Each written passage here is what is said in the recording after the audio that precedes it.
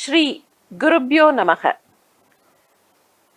We are with yet another edition of the unsung heroes of our national movement.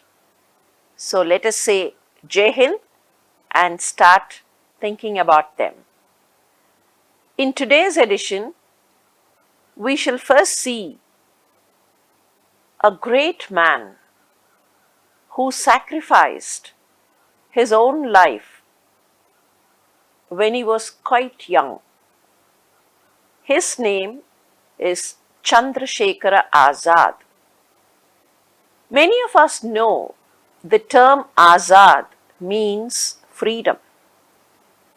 You wonder, isn't it, that how come his parents named him Azad even when the country was under the colonial rule?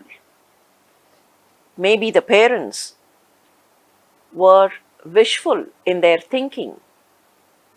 No, your guess is wrong. He was not named Azad by his parents. He christened himself and called himself Azad. It's quite an interesting incident that happened in the life of Chandrashekara Azad.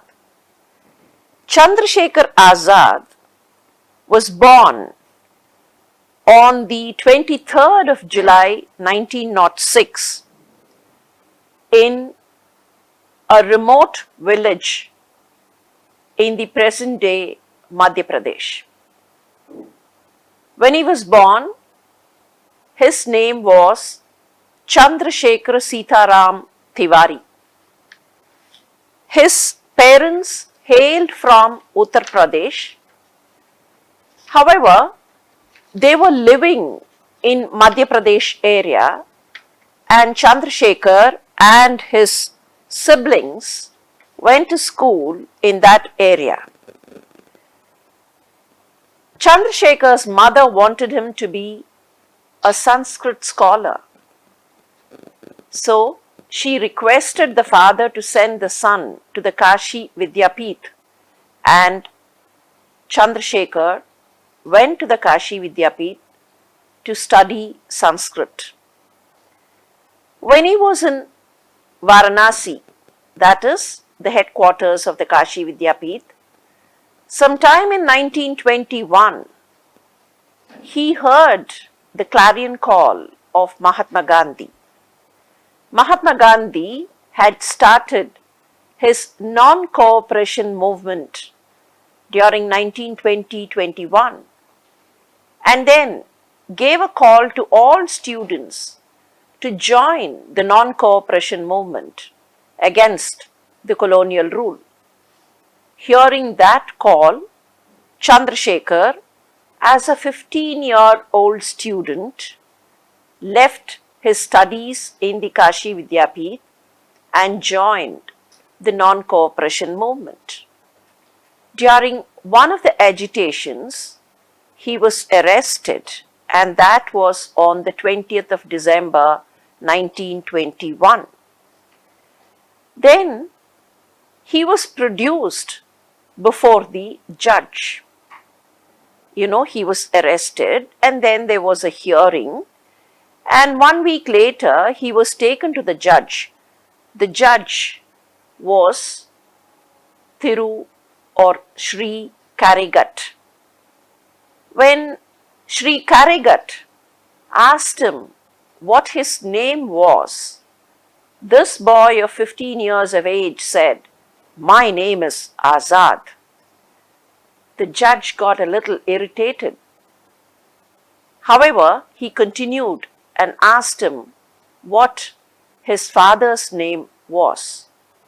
And the boy replied, "My father's name is Swatantrata."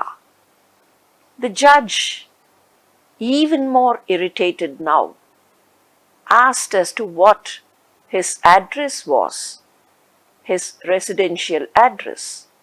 And the boy said, "Jail. My residence is the jail." The judge was so much irritated that he remanded and detained this boy in the jail for 23 weeks. Not only that, you know what followed? For those 23 weeks, the boy was to get 15 whip lashes a day. 15 whip lashes every day for 23 weeks. Just because the boy said his name was Azad. From then on, Chandrasekhara Sitaram Tiwari came to be called Chandrashekar Azad.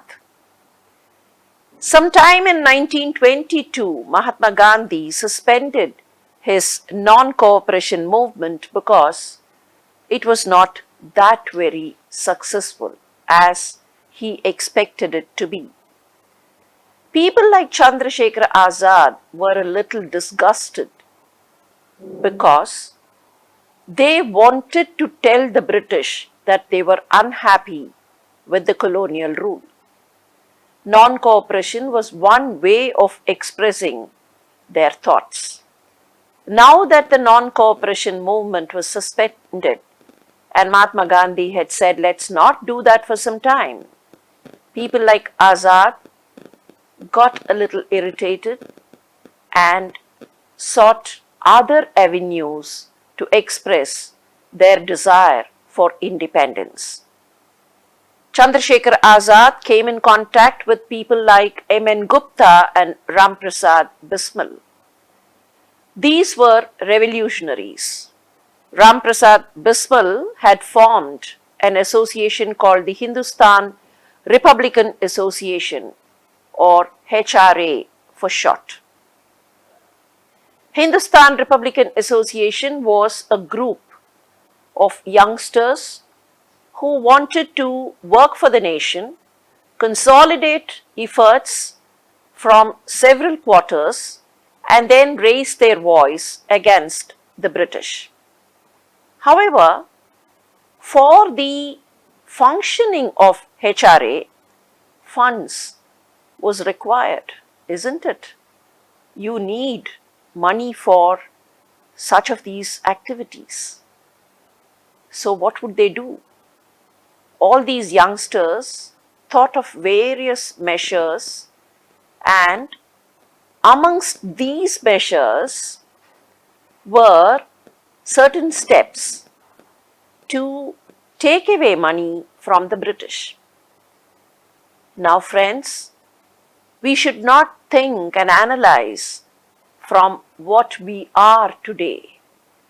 We should think and analyze these activities from what they were those days. Those days, what was happening? India had lots of resources. The British stole those resources in a very unique way.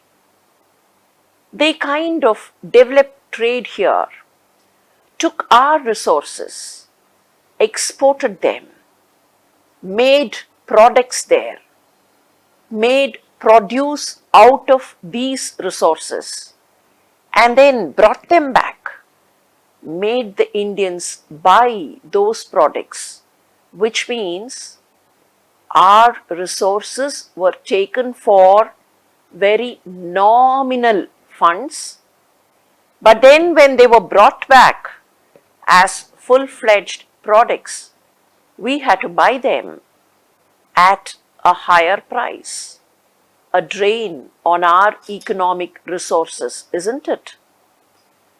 And the other thing also happened. British would collect taxes, would collect money from Indians and then store them, ship them for their benefit. So sometimes money would be collected and all that money would be transported by train or other means to be kept in some place and then subsequently used for the benefit of the colonial rulers. So these youngsters who were watching all these activities thought, if we plunder the British, if we kind of take away that money, steal that money from them, and then use it for consolidating our efforts towards the national movement, it'll be a good idea. And that is why, when they needed funds for Hindustan Republican Association, they involved themselves in robbery, in train robbery. The money was transported by train in huge boxes. That is what is the Kakori train robbery, which happened sometime in 1925. If you notice, in 1925, this particular train was loaded with huge boxes which contained a lot of money. And they knew all this money was being taken to the British headquarters, the colonial headquarters, and the colonial rulers would spend them. So what these youngsters decided was, as the train was moving, they would board the train, take away all that money, bring it to their place, and then use it for nationalistic purposes. So Chandrashekar Azad was involved in such kind of activities along with his colleagues in the Hindustan Republican Association. Subsequently, he shifted his headquarters to Jhansi. We all have heard the name Jhansi, isn't it? We all know Jhansi is a big town, and that is where Rani of Jhansi was. So he shifted his activities to Jhansi. Close to Jhansi, just about 10-15 kilometers from Jhansi, is a forest area called the Orcha forest area. And forest area, you can imagine, it's always useful for activities which are a little hideous. You can hide yourself. So Azad and his friends hid themselves in those forest areas and continued with their consolidating efforts. Jhansi was his headquarters, and from Jhansi he was able to undertake all the activities that were required to collect funds for HRA. Meanwhile, HRA was renamed as Hindustan Socialist Republican Association, because these people thought that there should be socialism in what they do. They wanted all Indians to be on the same platform, socialism to prevail amongst the Indian communities, and there were also smaller groups, other smaller groups which were involved in protests against the colonial rule, nationalistic activities, and so on. So all those smaller groups were merged into the HRA, and the HRA became a larger, expanded HSRA. It was during that phase that Chandrasekhara Azad also came in contact with other revolutionaries like Ashfaqullah Khan, Thakur Roshan Singh, Rajendranath Lahiri, and of course, Bhagat Singh, the legendary Bhagat Singh. He was also in contact with people like Chandra Chatterjee, Sachindranath Sanyal, Sachindranath Bakshi, Ramprasad Bismal, and others. Chandrasekhar Azad was also involved in bringing out certain magazines. He wrote for magazines. We may all wonder as to why these people, we've seen earlier also, some of these people were involved in writing articles, writing in the magazines. Now what is this for? I want to inform you that we all should collectively work for the nation. Imagine, in those times, 150 years ago or 100 years ago, there was no cell phone. There were no technological advances as we see today. There could not be a virtual meeting, right? So the only way was to spread information by way of writing and carrying that information either by way of a letter or a kind of a small bit notice which can be distributed, pamphlets and so on. And through magazines, of course. Magazines would be read by many people. So if you write in a magazine, that article would be read by others and they would also join the movement.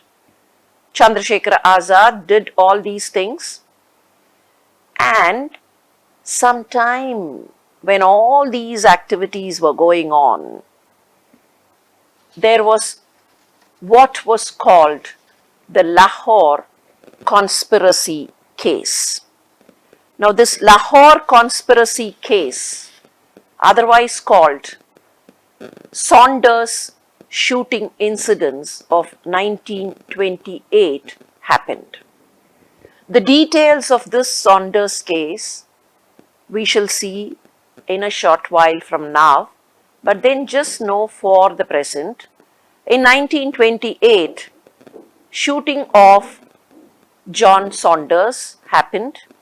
John Saunders was killed and several people were being searched for,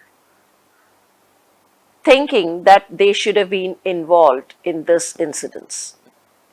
The truth is, Chandrashekar Azad was also involved in this incident along with Bhagat Singh.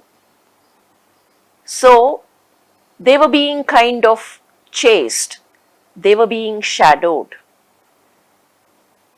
Meanwhile, people who are involved in this case, in the killing of John Saunders, escaped. Bhagat Singh escaped. Sukhdev escaped. Rajguru escaped. Chandrasekhar Azad also escaped from that spot of the killing. Then they went about, they went to different places, they were involved in their regular activities, a little hideous activities, and the police had some kind of information that these were the people to be traced. We'll see what happened to Bhagat Singh, Rajguru, Sukhdev and all a little while from now. But then Chandrasekhar Azad was also in hiding, but then he was continuing with his activities. The police did not know where he was exactly, but then he was in Allahabad and then continuing his activities. It so happened that one day the police in Allahabad, or Prayagraj as it is officially called now, the British police in Allahabad received information that Azad was somewhere in the Alfred Park. Alfred Park, or the Company Bagh as it was called those days, is a 133-acre park, a natural park. And in this park, there was tip of that Azad was standing and talking to his friends. Probably some of his colleagues had given the tip off to the police. It is thought that two of his friends by name Veerabhadra Tiwari and Yashpal were the two people who had given the tip off to the police. The police came to know that Azad was in the park.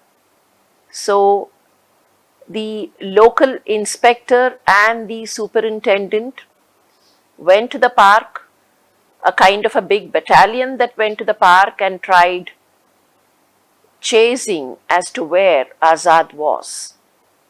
There was a kind of a shootout because Azad hid himself behind a tree and from there he started shooting. He thought he can keep shooting and then escape off. That is how he had escaped during the Saunders killing. So he thought he could escape. But then he realized he could not escape because he was completely surrounded by the police. he found that he was surrounded by the police, and there he was under a tree, standing there, trying to escape, trying to sidetrack them, but he could not. And what was Chandrasekhara Azad's general temperament? To remain free. That is why he called himself Azad, right? He thought he should always remain free, as a free citizen, as the citizen of an independent country. He should not be in servitude to some other ruler. That is what he thought. So, he decided that he would not be caught by the colonial people. He should not be caught by the British police.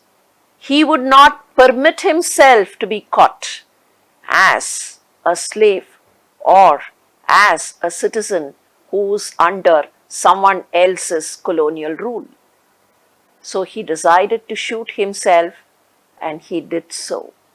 He shot himself and died there, right in the Alfred Park. His body was secretly removed. Secretly, in the sense, the general public were not informed that it is Chandrashekara Azad who had died, and then they were not informed that the body was being taken for cremation. The body was secretly removed and sent to a place called Rasulabad Ghat, and then it was cremated there. The British police saw to that no evidence of Azad's body was left out.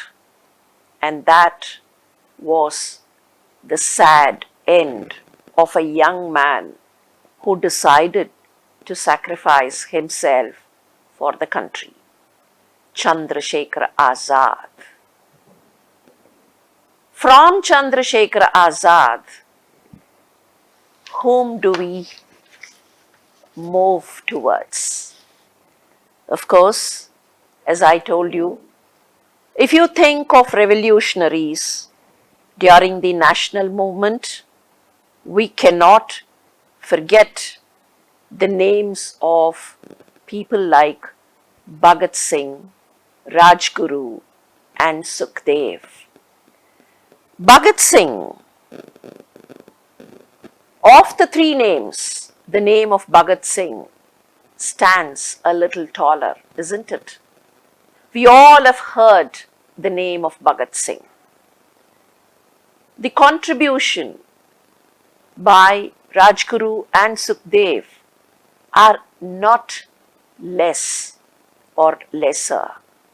However, we shall see what happened to Bhagat Singh and then try to know what happened to Rajguru and Sukhdev also. Bhagat Singh was born in the Punjab province in a district called the Layalpur district, in a small village called Banga. This area now is in Pakistan and not within the Indian territory. He was the second of the 7 children born to Kishan Singh Chandu and Vidyavati.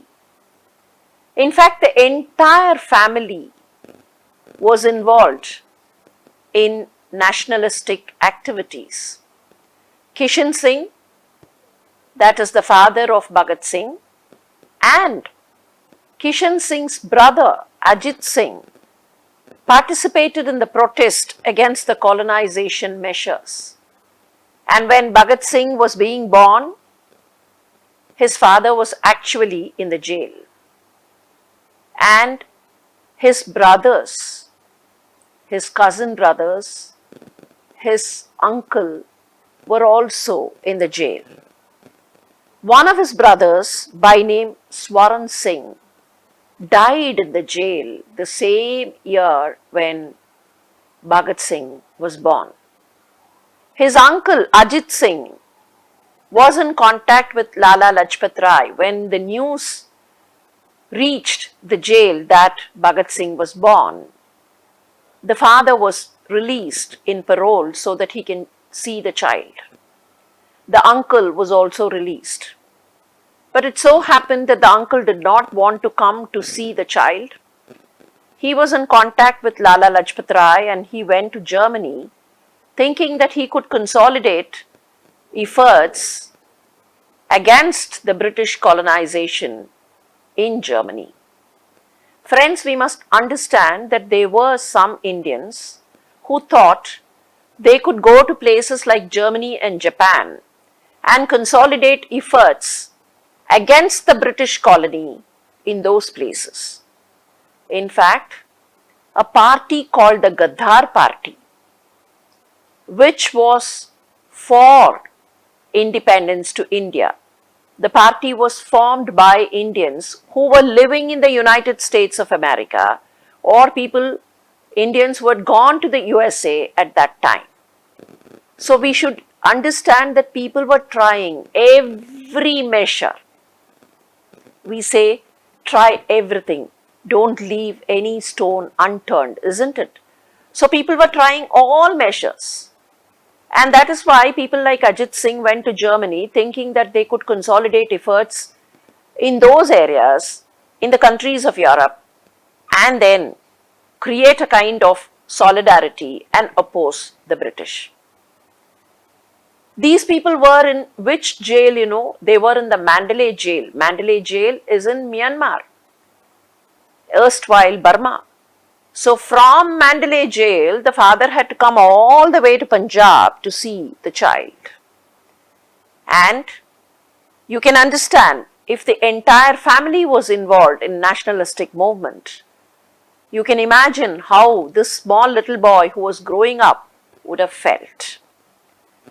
He had a school education and subsequently he joined in 1923 the National College, which was started by Lala Lajpat Rai. Now this again is a fact that we all should remember.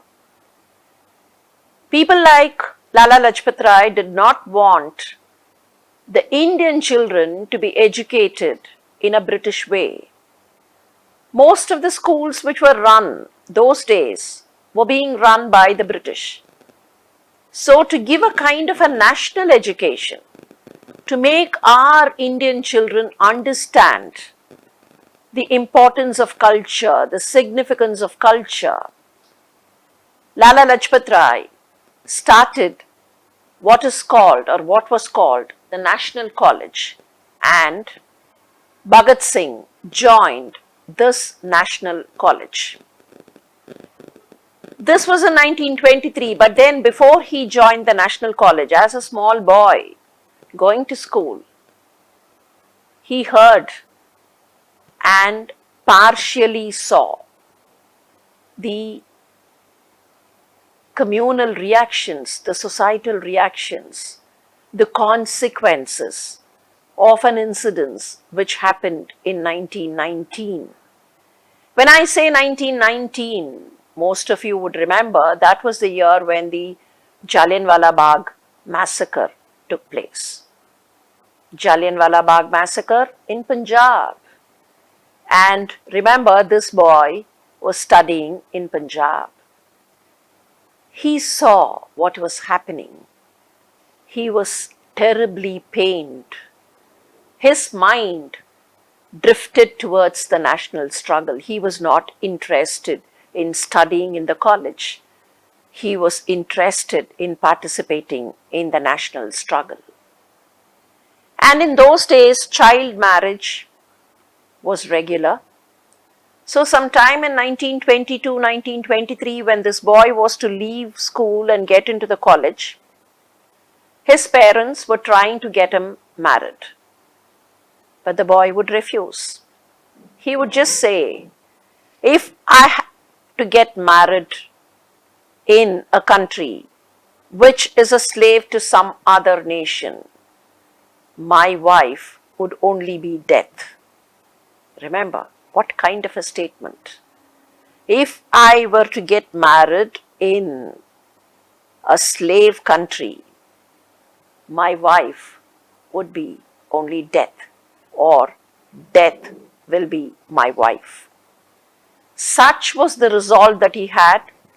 So against the steps that were being taken by his people, his family, for his marriage, he left home and completely involved himself in the national movement. He was part of various protests and agitations which were happening all around in different towns, different villages, and by 1927, the police around knew here was a youth who was involved in several nationalistic activities. There was yet another young revolutionary by name Kartar Singh Sarabha. I shall tell you about Sarabha in another edition of Unsung Heroes.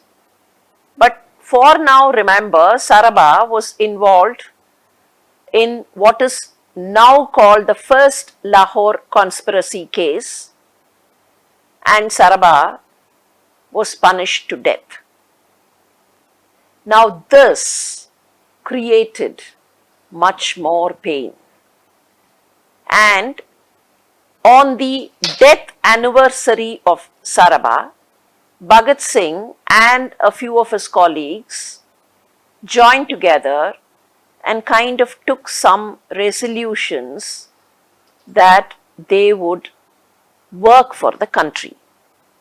All this was being noticed by the police, so they had a kind of a suspicion on those people who had participated in Sarabha's memorial service, and they were watching them.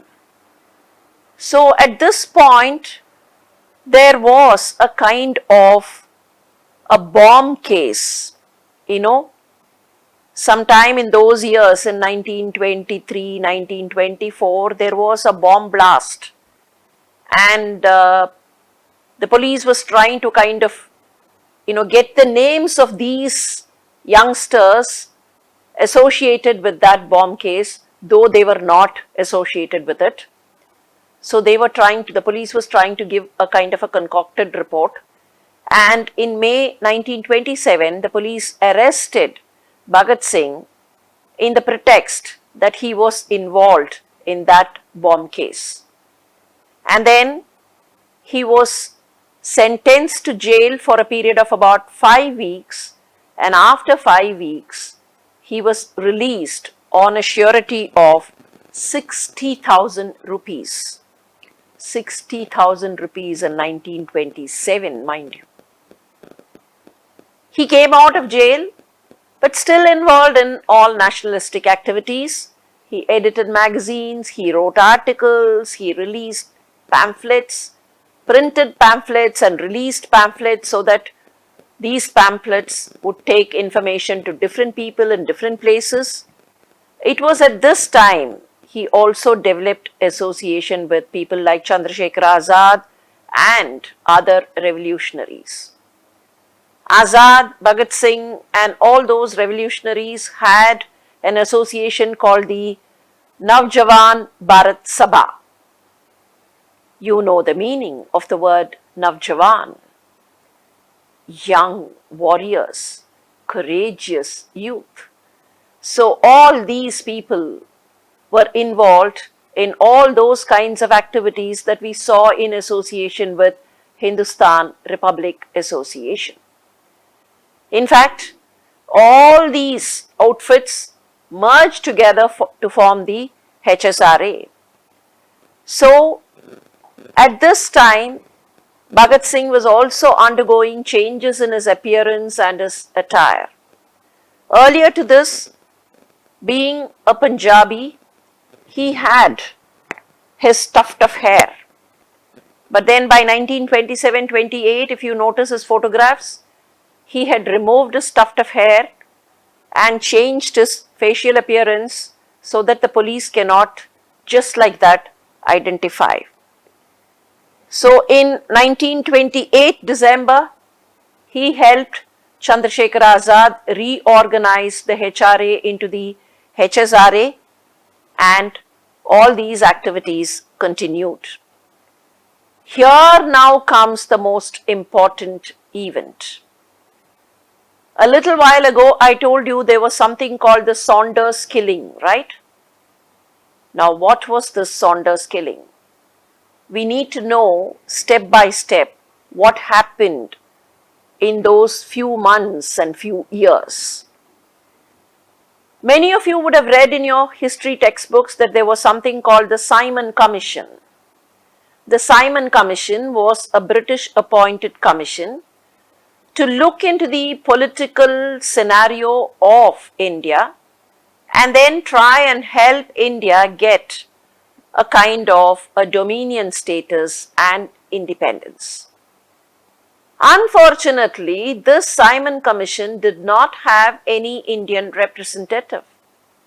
A commission to study India and does not have an Indian representative, what would the Britishers study or analyze? They would not even know what the soil is all about. They would not even know what do the Indian people think. They do not even know Indian languages, right? That is what people like Lala Lajpat Rai thought. So, they protested against the Simon Commission. The Simon Commission was visiting India and going from one place to another. And wherever they went, there were protests. Many of our leaders were involved, including Mahatma Gandhi, were involved in a kind of protest against Simon Commission. On the 30th of October 1928, the Simon Commission went to Lahore and Lala Lajpat Rai headed a procession that protested against this commission. The local police, by name Superintendent James Scott, ordered for lathi charge of the protesters. And Lala Lajpat Rai, who was right there, leading the procession, was assaulted. He fell down unconscious. He was shifted to the hospital. And on the 17th of November 1928, just about 17 days later, he died. The doctors in the hospital felt it was that lathi charging, the head injuries caused by that lathi charging, that were responsible for Rai's death. The youngsters, the members of the HSRA, came to know of what had happened, and they wanted to avenge the death of Lala Lajpat Rai. They were angry with James Scott. So they decided they would do something. They wanted to kill James Scott because he was responsible for the death of Lala Lajpat Rai. And they planned that they would do something to James Scott. So on the 17th of December, exactly 1 month from the day Lala Lajpat Rai breathed his last, these youngsters went to the police headquarters. They had shadowed the police headquarters. They had decided as to where they would stand and shoot. The HSRA members were also trained in shooting, in revolver shooting, rifle shooting and all that. That was all part of their revolutionary activities. So, they went, Chandrashekara Azad, Bhagat Singh, all these people went, Shivram Rajguru, Sukhdev Thapar, 4 of them mainly. They went to the police headquarters and they waited for the opportune moment to shoot at James Scott. But then, someone came out. Someone came out of the police headquarters, and that someone, a policeman, was trying to take his motorcycle and go away. In the fit of anger, these people did not understand that it was a different man. When somebody dons the police attire and then has a kind of a cap over, a hat over, you're not able to understand, you're not able to easily recognize the person. So this was a case of mistaken identity, and it was not James Scott who emerged out of the police headquarters, but then it was Assistant Superintendent John Saunders. And John Saunders was killed. Azad, Bhagat Singh, Sukhdev, Rajguru escaped. As they were jumping, running away, another constable by name Chanan Singh tried chasing them, and in the bargain, Chanan Singh was also killed. Chandrashekar Azad is supposed to have shot at Chanan Singh, and they ran off to predetermined places they had planned. They would go to their friends' houses. So they ran off, they all escaped, and with the help of a lady by name Durgavati Devi. Durgavati Devi was the wife of another member of the HSRA. So with the help of Durgavati Devi, they had planned to leave that place. They were in hiding for 2-3 days, and then they left Lahore. They decided to go to Howrah, but then they decided not to take the direct train because police would definitely be following the direct train. So they went to Kanpur, switched trains from Kanpur to Howrah, and after 2-3 days, the rest of them returned. But then Bhagat Singh remained in certain other areas, carried on with his activities, and later came to Lahore. You know how they escaped? Durgavati Devi had a small little child, an infant baby. Bhagat Singh and Durgavati took that baby in hand, and they escaped like husband and wife, covering their faces. And one of their accomplices was acting like a servant who was helping a couple carry the baby. The three of them took tickets, boarded the train, switched train at Kanpur, and went away. Now this happened all in 1928. By 17th of December 1928, Saunders was killed. In the next 2-3 days, they had switched places. At the same time, Bhagat Singh wanted the British people to know that there was a kind of anti-British sentiment which was getting accumulated. Remember, Bhagat Singh was not a person not given to reasoning. You know what his original plan was? Create situations where you could attract the attention of the British officials. There would be good officials too, especially officials at the higher levels.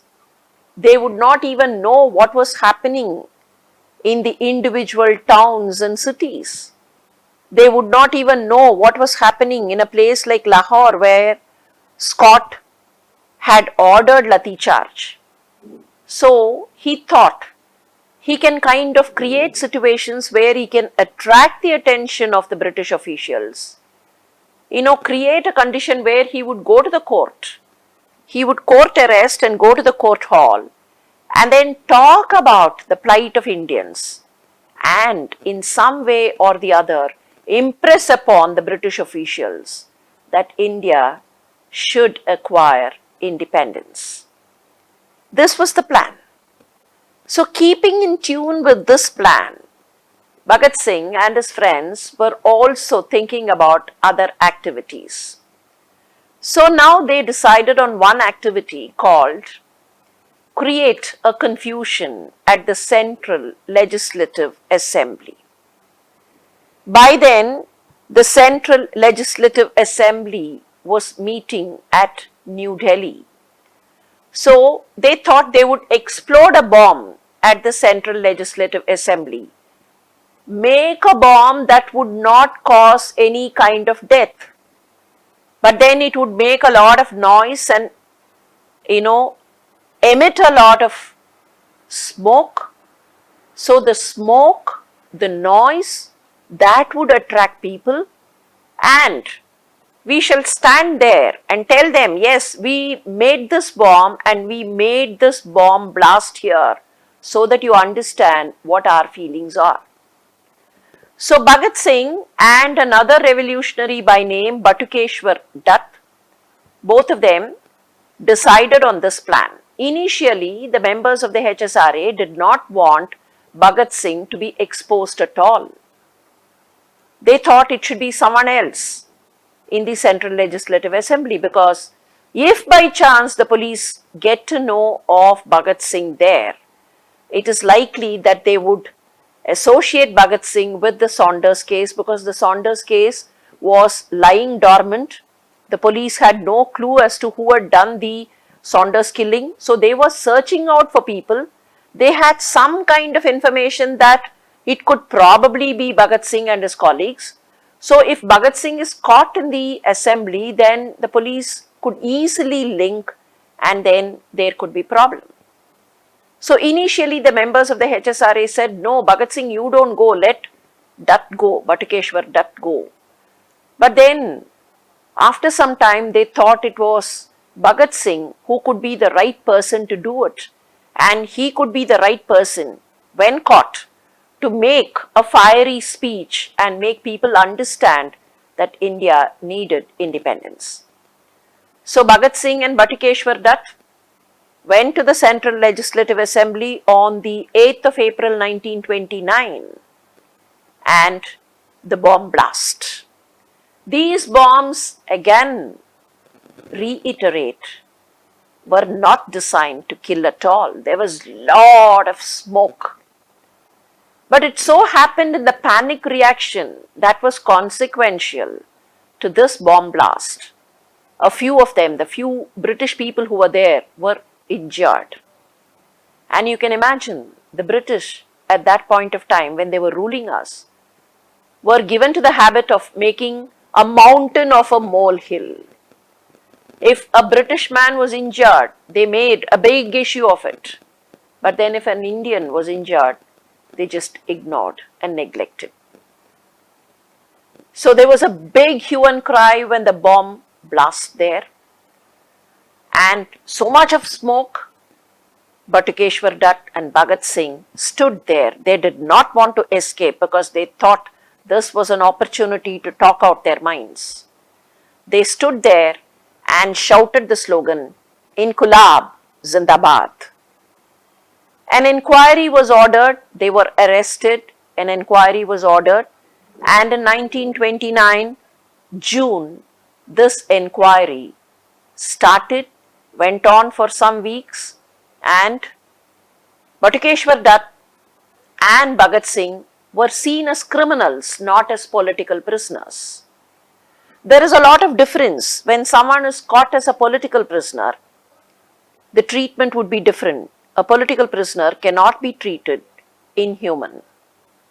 But then when it is a criminal, the criminal can be given lots of punishment, lots of labor, lots of work where their body would be involved and they would suffer physical distress.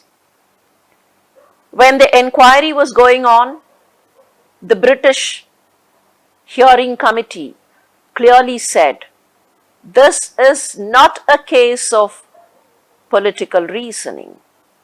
This is only a criminal offense. The individual has taken the means of creating criminal menace.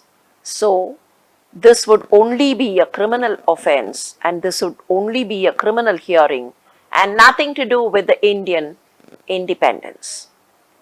But then they tilted. This is a criminal offense against the British Raj. This is a criminal offense against the king, against the emperor of the British colony. So, after the inquiry, both Bhatukeshwar Dutt and Bhagat Singh were given a life sentence.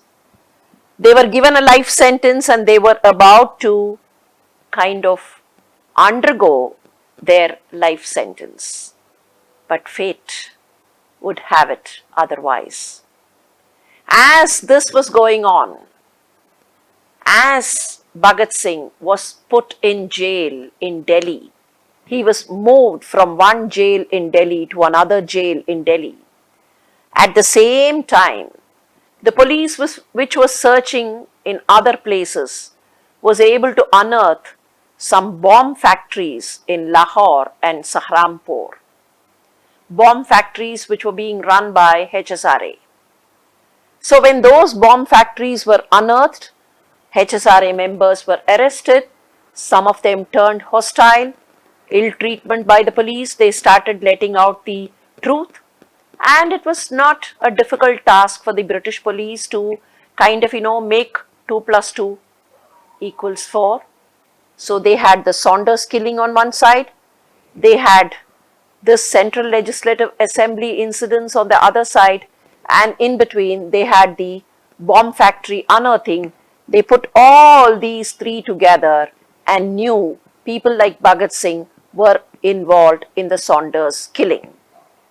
Saunders killing became the bigger affair now. So when he was in the Delhi jail itself, Bhagat Singh was re-arrested, and the earlier sentence for life, the life sentence, was deferred, kept at abeyance until the time the Saunders killing enquiry would be over. The three of them who were involved in the Saunders killing, because Chandrashekara Azad, by then was a different story, we had seen that. The three of them, Rajguru, Sukhdev and Bhagat Singh, were arrested, and 21 others were also arrested. Chandrashekara Azad was not with them at that point of time. And they were shifted to the Mianwali jail. The conditions in Delhi jail and Mianwali jail were totally different. As I told you earlier, in the Mianwali jail, they were treated as criminals. In the Delhi jail, there was some kind of dignity, but then Mianwali jail, it was completely different, and all these people opposing the treatment that they met with at the Mianwali jail, they started a hunger strike.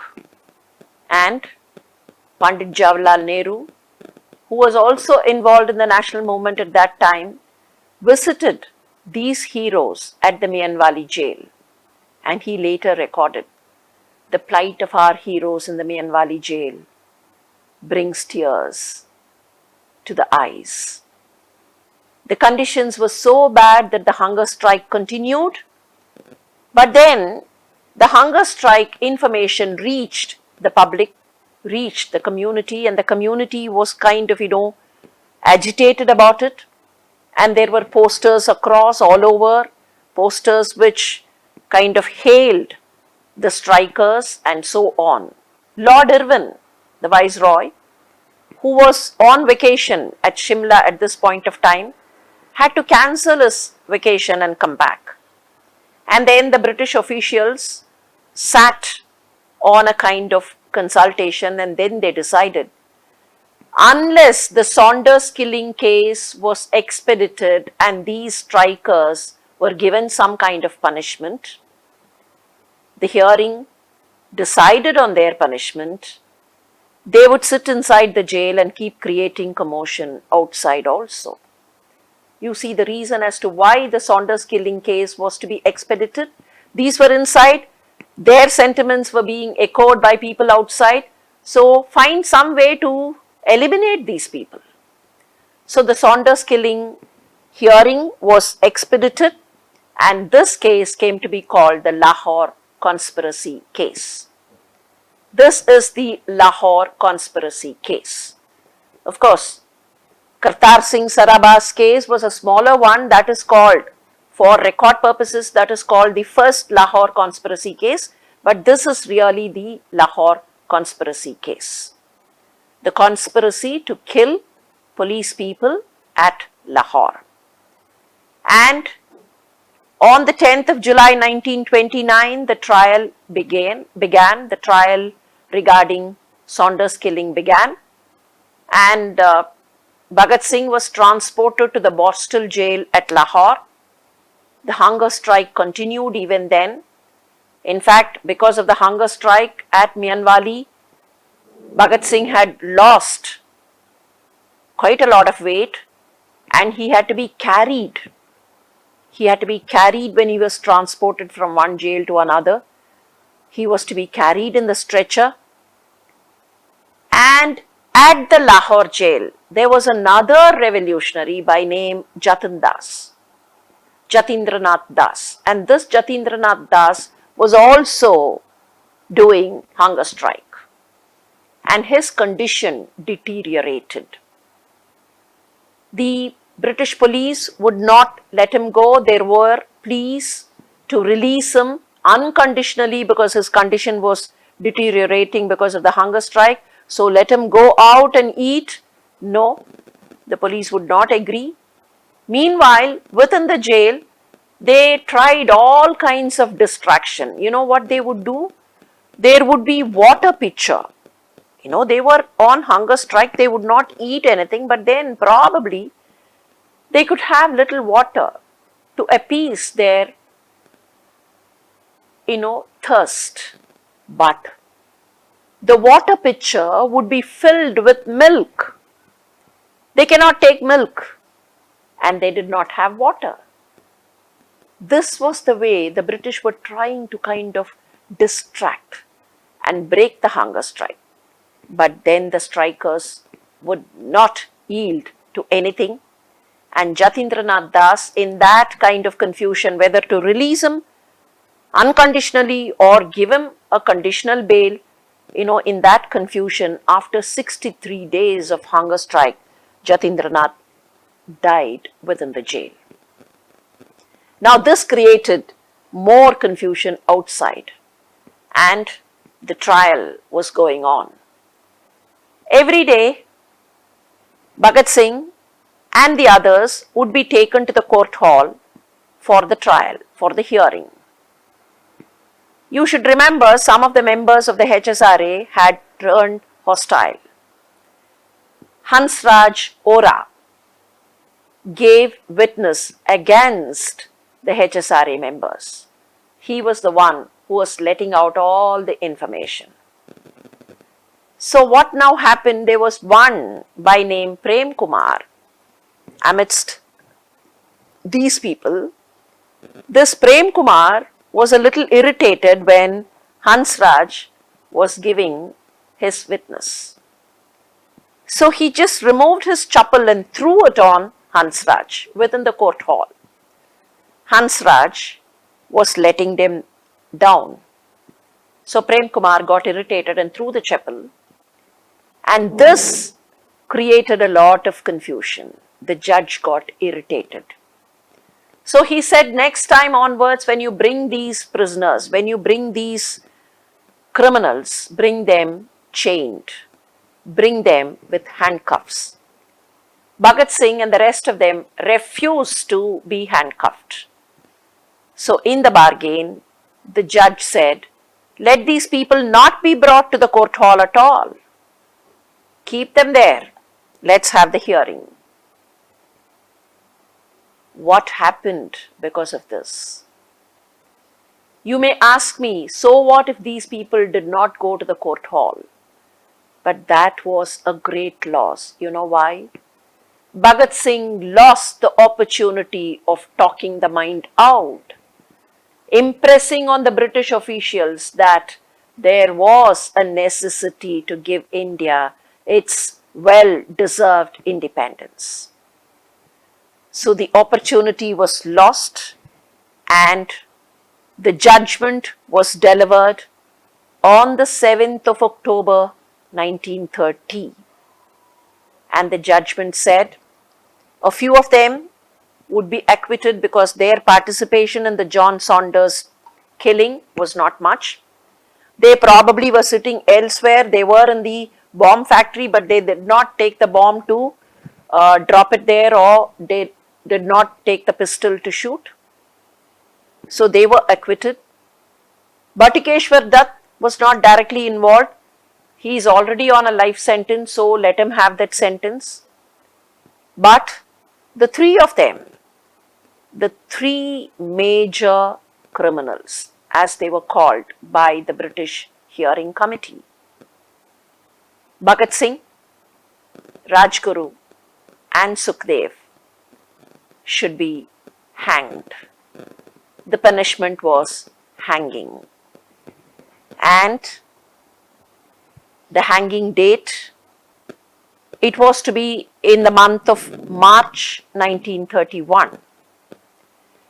Now, if you notice, it was in February 1931 that Chandrashekara Azad was caught at the Alfred Park and then he shot himself. The judgment for this case was being delivered on the 7th of October 1930. So, from October 1930 to March 1931, Bhagat Singh, Rajguru and Sukhdev were in the jail. It is during that period that Chandrashekar Azad, who had escaped and who was in hiding, was tipped off to be seen at the Alfred Park and he killed himself. Had he been caught, had he been arrested, he also would have been probably taken to the same fate as the other three. Now, what happened to these three? They were to be hanged on the 24th of March 1931. Meanwhile, as they were awaiting the hanging, there were appeals. The only place there could be an appeal was to the Privy Council in Britain, because this case itself, the Saunders case itself, was on a special tribunal. The Privy Council declined the appeal. There was a mercy petition moved by Pandit Madan Mohan Malaviya. Even that was not considered. And seeing the growing unrest outside for Bhagat Singh, Sukhdev and Rajguru, the unrest to seize them, the unrest to get them released, seeing that, the British police advanced the hanging. Instead of 24th of March, at 7:30 p.m. on the 23rd of March, the three were hanged, secretly hanged. The magistrate who was supposed to be there during the hanging was also not available. It was only a kind of a temporary magistrate who was posted there to see the hanging.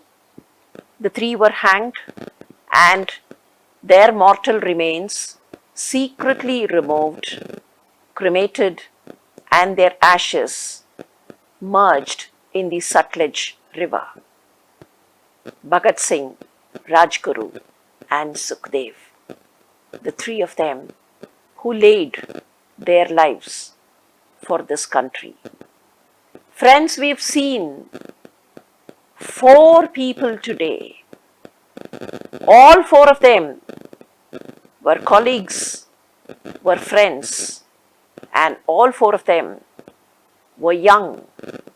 Despite being young, they were mature enough to give their lives for the sake of the country. Let us get this message clear. Those days, due to their longing to see the country independent, they had to resort to such kind of revolutionary activities. Today, we may not be able to justify the revolutionary activities that they undertook, but we should see from the eyes of yesterday, not from the vision of today. At that point of time, the grit, the courage, the determination that these people showed is what is important. Let's meet in another edition with the stories of more unsung heroes. Until then, Jai Hind.